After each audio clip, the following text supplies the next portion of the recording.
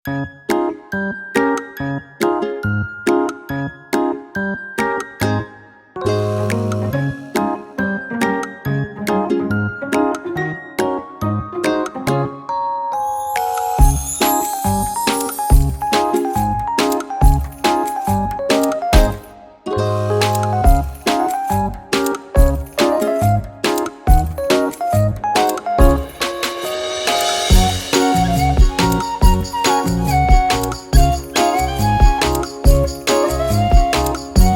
guys, Assalamualaikum warahmatullahi wabarakatuh. Salam sejahtera dan semoga sihat-sihat semua. Berjumpa lagi kita dalam slot sejarah untuk minggu ni. Okay, untuk menyambung balik pelajaran kita pada minggu lepas, di mana minggu lepas slot sejarah telah dikondak ataupun dibawa oleh Ustazah Nabila. Okay, Ustazah Nabila dah sentuh zaman air batu, iaitu bab 2 zaman air batu, dan dah masuk pada 2.1 iaitu dunia kita. Okay, ini adalah garis masa untuk zaman air batu. Okay, contoh ular ni kita boleh ingat. So Ustazah Nabila dah selesai dekat 2.1 iaitu dunia kita. Okay, ini dah selesai. Okay, untuk tahun yang pertama. Okay, pengenalan, iaitu dalam 2.1 ni ada pengenalan, dan juga yang nombor 2 adalah pembentukan muka bumi. So untuk hari ni saya akan bawa anda menyambung balik pelajaran untuk zaman air batu. Okey, untuk minggu ni kita akan masuk pada 2.2. Okey, di sini zaman nombor 2, pasal nombor 2 iaitu 2.2. Okey, 2.2 iaitu zaman air batu. Okey,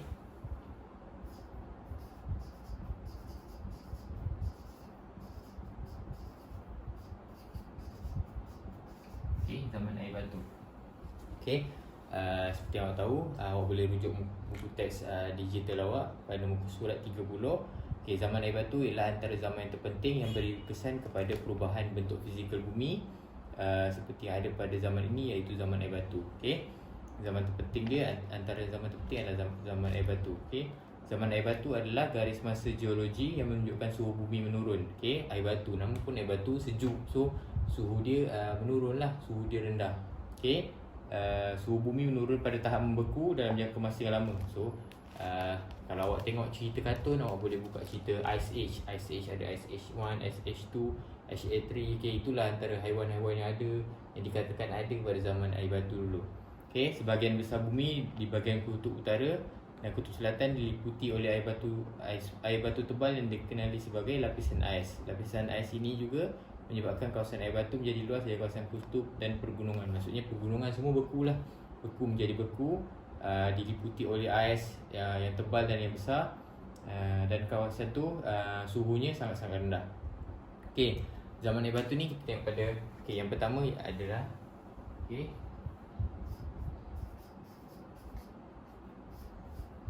tahap zaman air batu.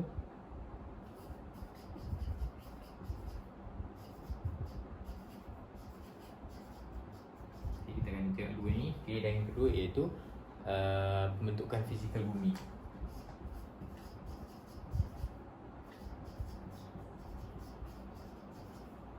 Okay, fizikal ni maksudnya apa yang awak boleh nampak. Okay, ciri-ciri fizikal. Okay, apa contoh ciri-ciri fizikal awak? Okay, tinggi, kulit hitam manis, putih, hidung mancung. Okay, itu contoh fizikal. So contoh fizikal untuk dunia untuk zaman batu ni kita akan tengok pada zaman yang kedua, 2.2, itu zaman air batu.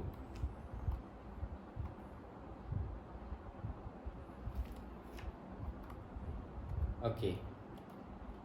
Okey, first kita akan tengok pada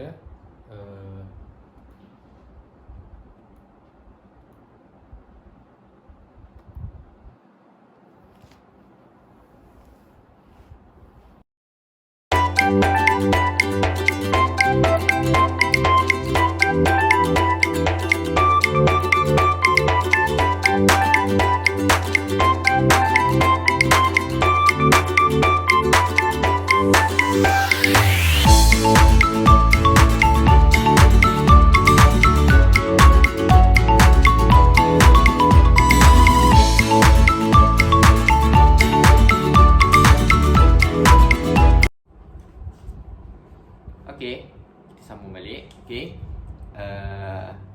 Untuk zaman air batu, untuk zaman air batu, pada akhir zaman air batu, iaitu hujung-hujunglah zaman air batu, baca kat situ, bumi mengalami proses penggelaziran, iaitu kecairan air batu.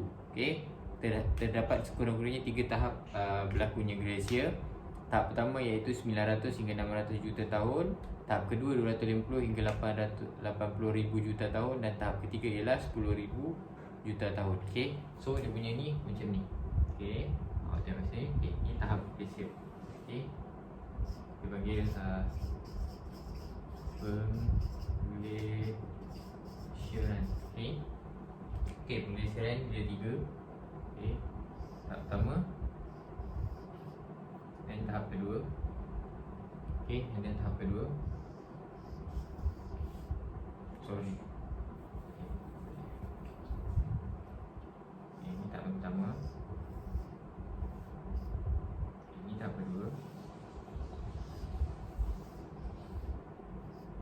Ini tahap ketiga. So ada 3 tahap pengglaciaran. Okay. Pengglaciaran ada 3 tahap. Okay, kita pergi satu persatu. Okay. Tahap yang pertama iaitu di sini tahap yang pertama. Okay. Tahap yang pertama berlaku dalam 900 hingga 600 juta tahun. 600 juta tahun. Okay, ini tahap pertama. Okay, tahap pertama. Okay, ni tahap pertama. Okay, kita pergi pada tahap kedua. Tahap kedua. Itu tahap kedua berlaku pada 250 hingga 80,000 juta tahun. Okay, 80. 1, 2, 3.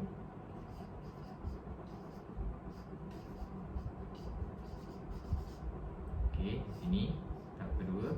Okay, now tahap ketiga berlaku pada 10,000 .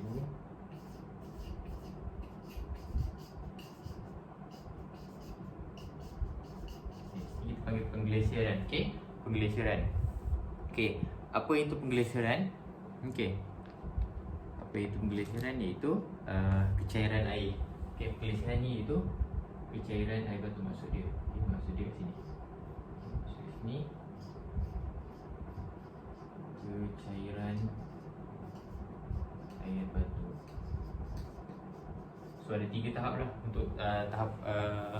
untuk tahap pencairan dia. Mula tahap pertama, dan tahap kedua, dan tahap ketiga. Okay, perubahan iklim dunia kepada suhu panas. Okay, maksudnya bumi makin lama makin panas. Makin lama makin panas. Kalau awak tahu, bumi kita dengan penipisan lapisan ozon semua, so bumi kita menjadi makin lama makin panas. Tak adanya bumi makin sejuk. Okay, kalau ada kutub utara, walaupun suhu dia masih sejuk, tapi still suhu dah meningkat. Jadi banyak ais kat sana dah mula cair, menyebabkan berakhirnya zaman air batu dulu. Okay, so itu adalah tahap pengglaciaran, 3 tahap. Okay, now kita akan pergi pada tahap zaman air batu. Okay, masa sikit.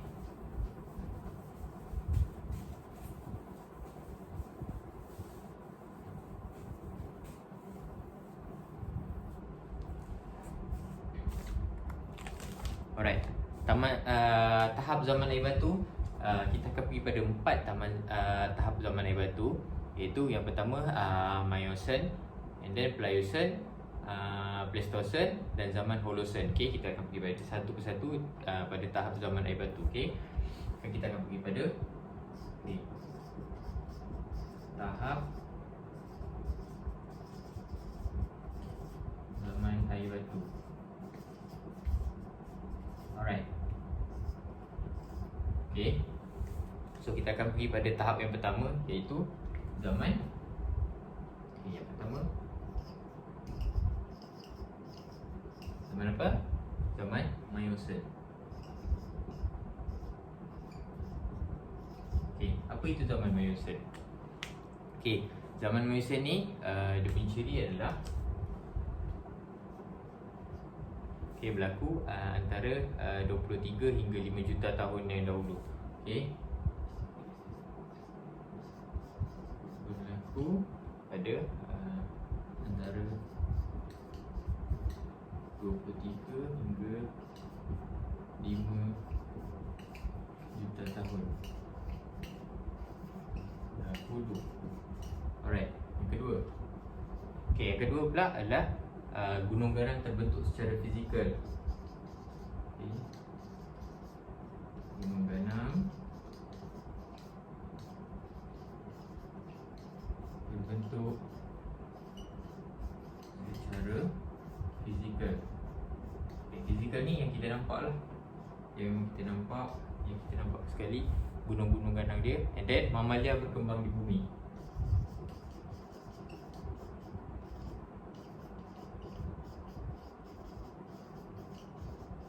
Okay, mamalia berkembang di bumi.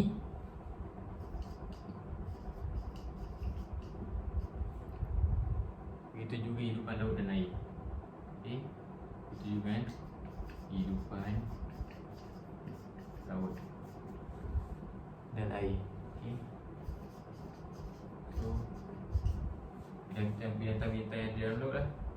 Okay, and then lepas tu suhu pula. Okay, suhu pula adalah suhu dunia,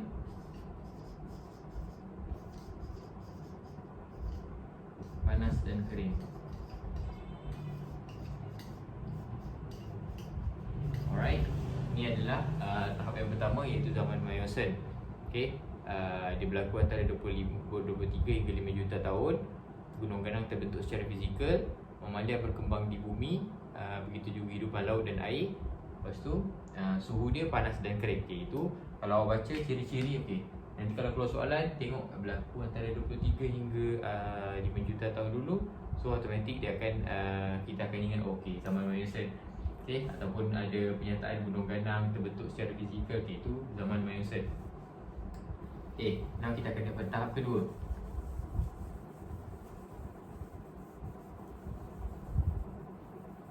Alright. So tahap yang kedua kita panggil zaman. Jadi yang pertama dah selesai. So yang kedua zaman, ini tahap kedua, zaman Pliocene. Alright. Okay, berbeza pula dengan yang zaman Miocene tadi. Okay, apa yang ciri pertama dia, iaitu awak boleh baca sekali kat buku tu dia berlaku pada 5.3 juta 3 juta hingga 2.6 juta tahun. 2.6 juta tahun dahulu. Alright, so ni ciri pertama dia. Kalau keluar je pernyataan ni berlaku 5.3 hingga 2.6 juta tahun dulu, kita boleh tahu okay, itu zaman Pliocene. Okay, and then apa yang jadi? Kalau tadi panas, ni berlaku penyejukan global. Okay, yang ketiga. Okay, pula yang ketiga. Yang ketiga, penyejukan dan pengeringan.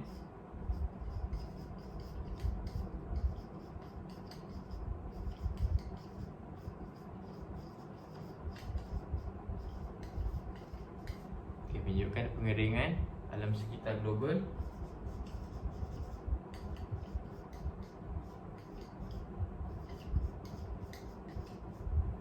Global ni maksudnya semua satu dunia, membawa kepada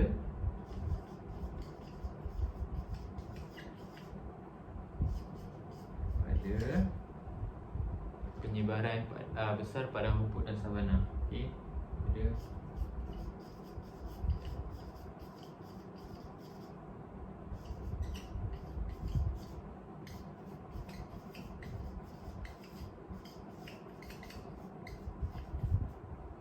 dan savana. Okey, ni penyataan bagi zaman Pliocene. Okay, berlaku pada 5.3 juta tahun dan hingga 2.6 juta tahun dulu. Okay, dan berlaku penyejukan global dan juga berlaku penyejukan dan pengeringan alam sekitar, membawa kepada penyebaran besar gunung, penyebaran besar padang rumput dan savana. Okay, ini Pliocene. Alright, now pada tahap ketiga.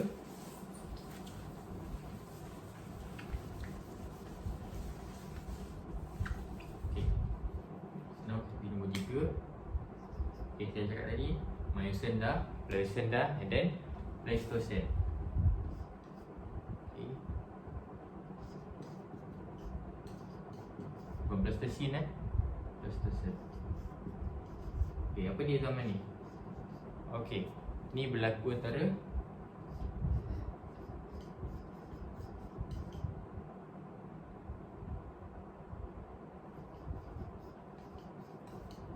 RM2.5 juta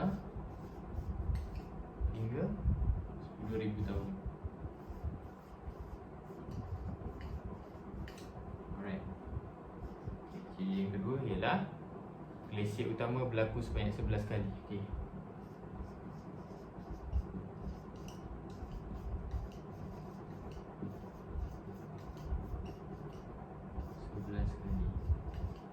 Okay, apa itu tadi glasier?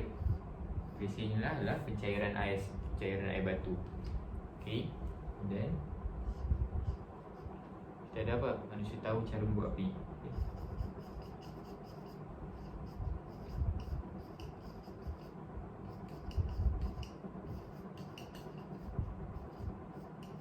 Okay, buat api pakai apa? Adakah dia pakai lighter? Adakah dia pakai mancis? Atau dia pakai kanta? Ataupun dia pakai dapur gas?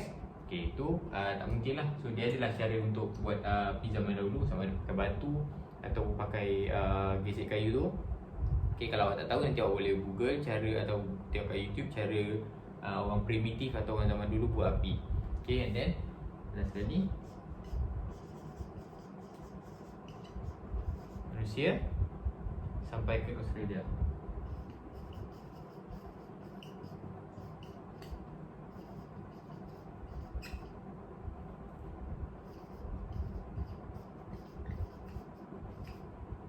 Melalui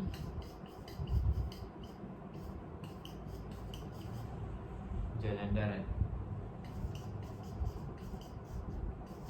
di Asia Tenggara. Okey. So empat ciri empat tadi, Miocene dah, Pliocene dah, and then Pleistocene dah, Pleistocene pula. Okay, berlaku antara 2.5 juta hingga 10,000 tahun. Okay, glasier utama berlaku sebanyak 11 kali. Okay, pencairan tu berlaku sebanyak 11 kali. Manusia tahu cara buat api, and then manusia telah sampai ke Australia melalui jalan darat di Asia Tenggara. Okay, awak boleh baca sekali, boleh rujuk sama-sama, kita rujuk dekat buku teks ada satu persatu apa yang saya nyatakan ni. So supaya awak tak ketinggalan, awak boleh sama-sama baca. Okay, now zaman yang keempat. Okay, zaman yang keempat iaitu zaman Holocene. Holocene, okay. Zaman yang keempat adalah zaman Holocene, iaitu berlaku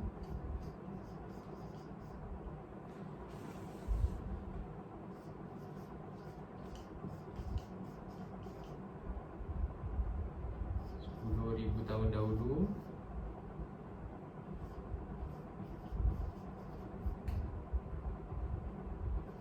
sampai sekarang. Okay, so kita ni berada di zaman Holocene. Okay, apa dia? Okay, manusia tahu jalankan pertanian. Okay, manusia dah pandai, tahu jalankan pertanian untuk dapatkan makanan. Pertanian untuk dapat makanan. Okay, next apa dia? Okay, next kalau tengok situ, berlaku perkembangan dalam bidang pentadbiran, undang-undang, pendidikan dan keagamaan. Okay, berlaku perkembangan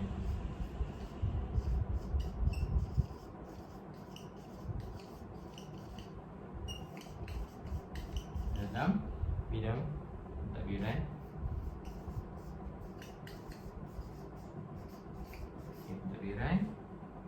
undang-undang,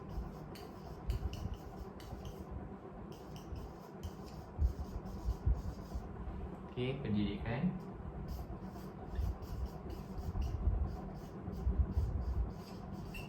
dan juga ke agama. Alright. So kita sekarang berada di zaman mana? Adakah kita zaman Miocene atau Pliocene? Kita tak. Kalau ada, awak seorang je lah, awak je lah. Saya berada di zaman Holocene, di mana berlaku 10,000 tahun dulu sampai sekarang. And then manusia tahu jalankan pertanian untuk dapatkan makanan.